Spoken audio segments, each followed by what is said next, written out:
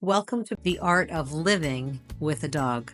I'm Tamara Tokash, a master dog expert with a fresh perspective in everyday wellness protocols, hacks, and products for both ends of the leash, stemming the tide so you and your dog can thrive.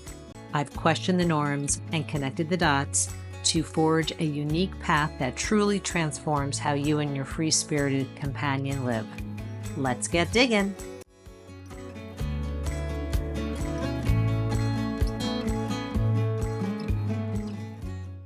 In this insightful episode, Tamara breaks down the essential pillars every dog needs to thrive, beyond obedience, from nutrition and emotional regulation to life skills and purposeful enrichment. This is a masterclass in decoding your dog. So yeah, we're talking about the other side of it, the dog side of it. What we did earlier in the other video was the art of living with the dog, our role, our responsibilities, what's our blueprint. This part of it, I call it the anatomy of a happy dog. It's the most overlooked part of having a dog. Everybody wants an obedient dog, but they lose sight that happiness it supersedes, it trumps obedience. And it's really more about teaching a dog life skills. And when they learn life skills, they're less reactive, less stressed, more confident, and more happy. So it's really about decoding a dog.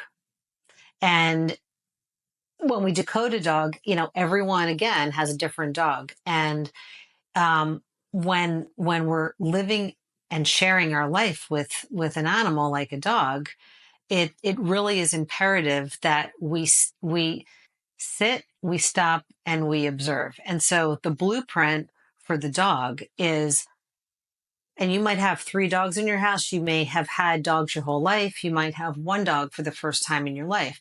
But the blueprint part of how the anatomy of a happy dog is embracing your dog's individual constitution.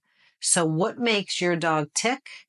Figure it out. And the only way you're going to figure it out is if you sit and observe and you make notes. So that's briefly the dog blueprint of the dog side. The second part, and some of these modules on the dog side are the same as the human side, and some are not. But so there's a blueprint for the human, there's a blueprint for the dog. The energy of you impacts your dog. There's the energy.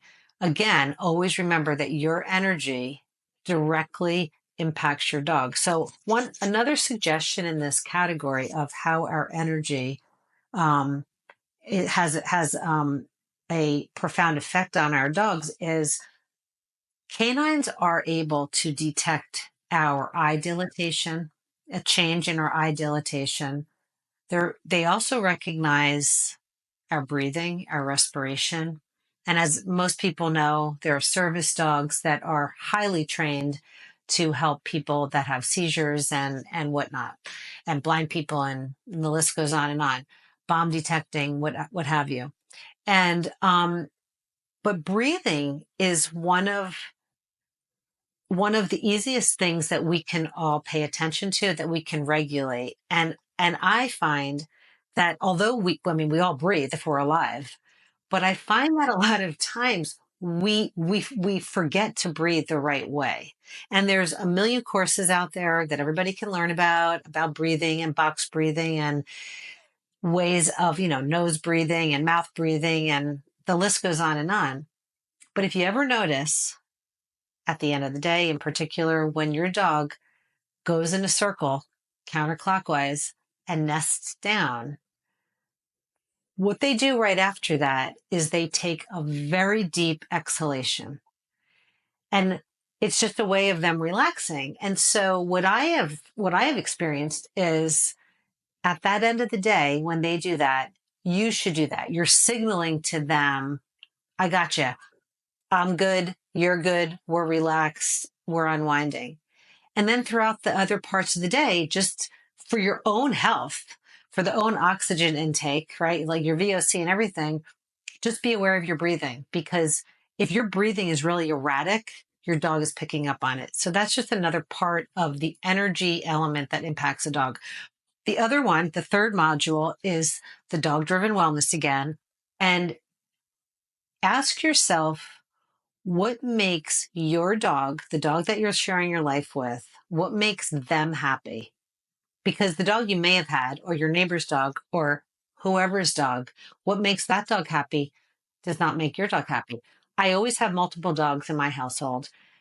Not the same thing makes them happy. And so it's imperative to determine what gets them going. Like, what's their mojo? Like, what gets that stirred up that is exciting and happy for them? And ask yourself, we talked about this last time, what is it like living with you? So if you're your dog and you're just like really cranky, you're like really moody, or you're like always having meltdowns and you're always crying, like that's not healthy. It's not healthy for you, but it's definitely not healthy for your dog, and your dog can't leave. So your dog is absorbing all of that. That is not wellness.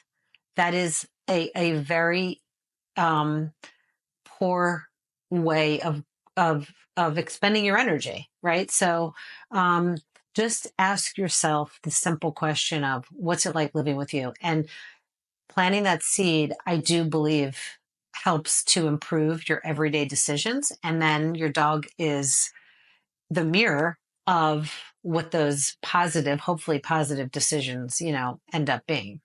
um Water break, hold on. Nutrition is the fourth module here on the dog side, just like us, but nutrition impacts everything.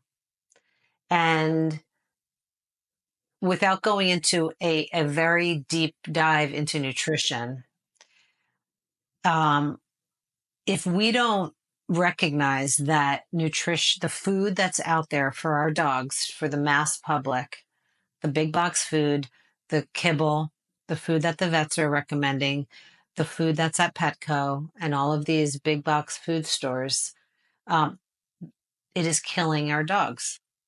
And people, because I do specialize in nutrition, also they will say, "Gosh, but feeding a really healthy diet is expensive." Well, it's going to cost possibly a bit more. And honestly, the price tag of the lot of the kibble that's out there is astronomical. So most of the time, it's really not. There's not a price difference. But I will tell you, what they will be paying for, without question, is a lot of vet bills. And it's like, to me, it's a no brainer. Wouldn't you rather put the money into good health and nutrition to get the output of good health? It's not going to make them impervious to things, just like us. If we're eating a really well balanced, healthy, clean diet, does that mean we don't get a cold? No, that's ridiculous. Of course we will. The idea is it will make us stronger to rebound in the end, and it's supporting our organ systems and everything in between. So that's the nutrition. If you want to flourish, you have to nourish. It's that simple.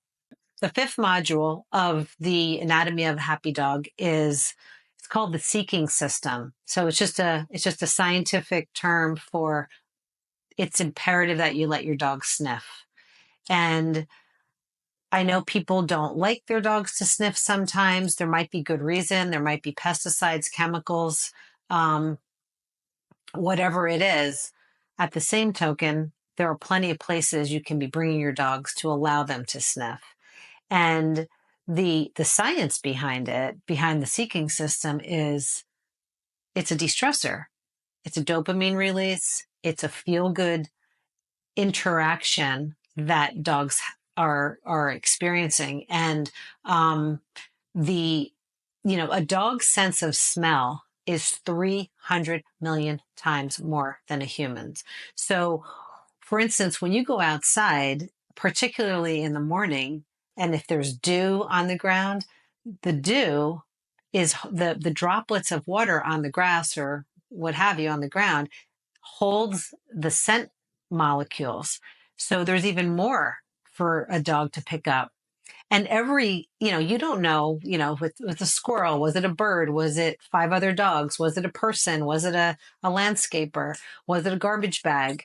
The list could go on of what your dog is actually sniffing. And dogs, they smell in pictures, if that makes sense.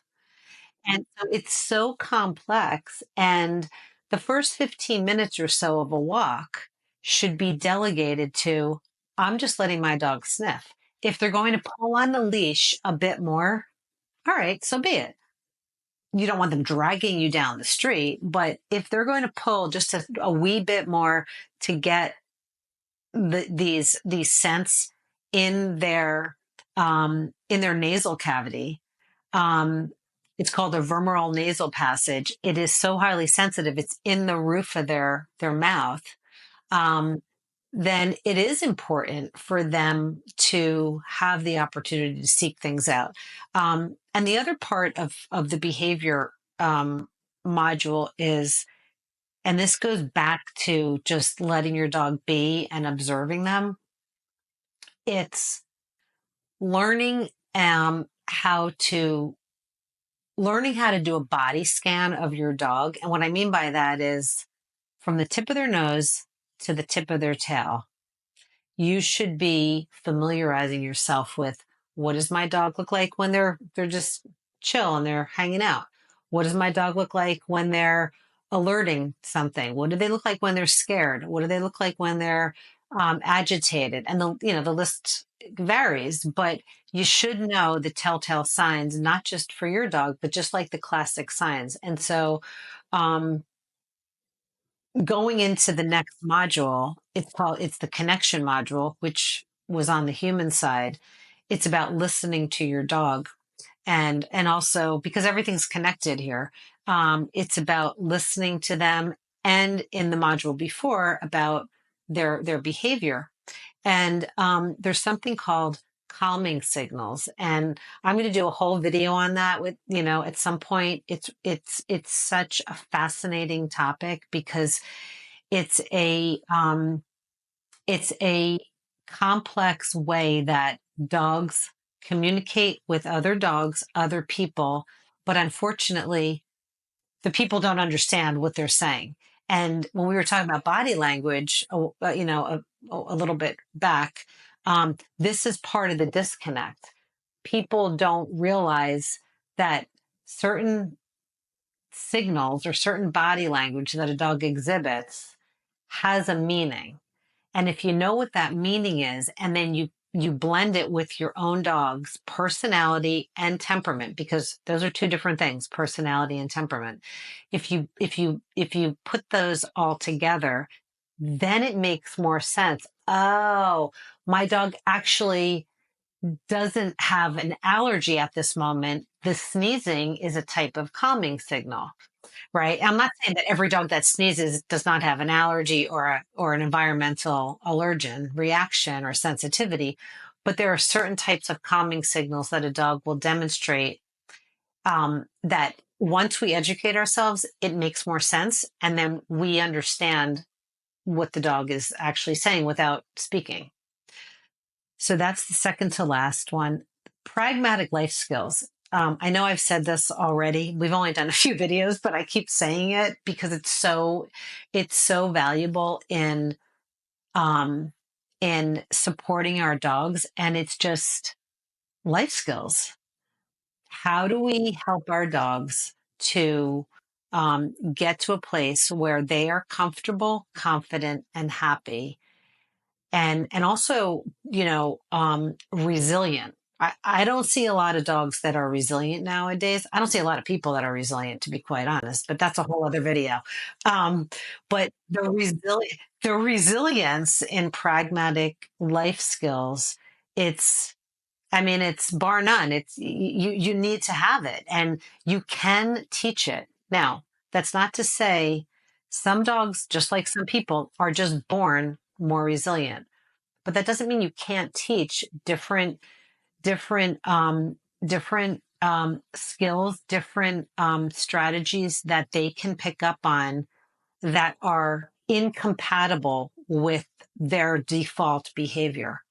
And I'll give you a quick example with pragmatic lifestyle skills is most people will take their dog. If they have a puppy, they bring the dog to the vet at like 12 to 16 weeks of age. What are they doing? The dog's probably in the car for the first time, other than when they got home. From the dog's point of view, the dog's going to the vet. What's happening? The dog is around people that don't know how to exercise what's called low stress handling. They already stress the dog out with how they're descending on the dog. Then the dog, if they're at a conventional vet, the dog is probably put on a table. The table sometimes is electronic. Then you've got that. Then you have someone that, again, is encroaching upon the dog's space. And then what happens? They're getting vaccinated. And that's the dog's first experience. So, unfortunately, a lot of dogs, that's the only time they go in the car. And then you have a whole other level of anxiety. I have a dog that doesn't like the car. My dog doesn't travel well. Well, then what do you do with your dog? Then your dog is again held captive in your house because you can't get your dog in the car. So on the top of my list is a pragmatic life skill is you go to the vet once every 2 weeks, a bag of diced up chicken, real food, chicken, not dog treats, and you just go in the parking lot the first week. The next time you go in, you go maybe near the door. The third week you go inside. And then when you're inside, you give whoever, the girl at the front desk, the vet tech, whoever it is, you say, can you give my dog a couple of pieces of chicken? Each time you go, you're there no more than 5 minutes. 5 minutes in the parking lot, 5 minutes at the door, 5 minutes inside. And then every time you go, you have that bag of chicken. And you know what? Your dog is going to love getting in the car, love going to the vet, and be much more relaxed when they're in the vet. So that's a pragmatic life skill. And then the final one is it's the ecosystem. What is the ecosystem that you're creating for your dog? And when I use the word ecosystem, I refer to the ecosystem outside. So epigenetics. Epigenetics is the environment in which we all live in. What kind of environment are we putting our dogs in and ourselves in? Are we cleaning our floors with toxic chemicals? Well, that's where our dogs live. They live on the floor. They're putting their feet on the floor. They might be licking their feet. They're ingesting the chemicals. Do we have pesticides outside? Without question, there is countless data out there. The pesticides are carcinogenic and they're dangerous. If you have a dog, if you have a child, if you have a yard, there are alternatives. You can use organic treatments on your lawn. So those are the external, some of the examples of external things that impact your dog positively or negatively. If you choose to have, there are tons of clean products you can use on your floor, for instance, as well, that you can have in your house that don't negatively impact your dog. But the other thing is, what are you putting on your dog and in your dog? Because there are so many geostressors. So you have to identify that. Frontline, it's toxic. It does not kill every tick. It does not stop or prevent all of the different types of tick-borne disease. They fail to tell you that, but it's still used and it's toxic and it's dangerous and it's ineffective. There are other alternatives out there. And then that's just an example of some of the geostressors that our dogs are around. And then the final thing is creating a harmonious social network for our dogs because they're isolated. They don't have canine social skills like they should. And they get more and more removed from having a healthy group of pals that have four legs. And so just like you find all of us tried to find good people to bring into our family or a friend group, we have to find good dogs for our dogs to be around. So, this culmination of everything, it it does transform them, and part of it is just decoding our own individual dogs after we have this blueprint for both human and dog.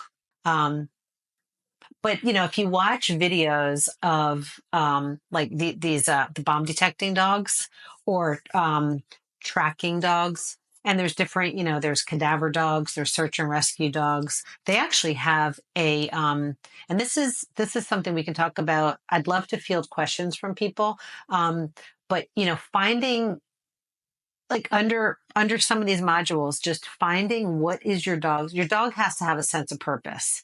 If your dog doesn't have a job to do or a sense of purpose, that is going to make them, it's going to negatively impact their overall health, their emotions, and their overall physical health. But one way to utilize a sense of purpose is you find what your dog's strength is. Like, maybe your dog they love, they have a high prey drive, meaning they love to chase things, or they love to smell things, and they have scenting, like they have scenting classes. They have um, fly ball. They have all different classes where your dog can utilize and agility. Yep. Hone in on whatever their strength is. And so then a, you get them in a place where they are just at the peak performance of canine enrichment and excelling. It's kind of like, you don't want to be playing maybe like field hockey if you're a basketball player, or you don't want to be, right, you don't want to be doing I don't know, spinning classes if you love Pilates. So once you figure out what works for your dog, go for it. And it also changes throughout their life. If they did X, Y, and Z when they were 2 or 5 or 8, they might have lost interest for one reason or another. So you have to reinvent what works for them at that point. And there's always something to do. You can always change things that are age appropriate and, condition health appropriate. You can learn so much from observation, nuances, patterns, and it's kind of like, when you're in a group of people and there are the listeners and then there are the chatterboxes, like the chatty Cathys. I just always find that the people that are not talking as much, they learn a lot more because they don't have this need to fill the airspace. And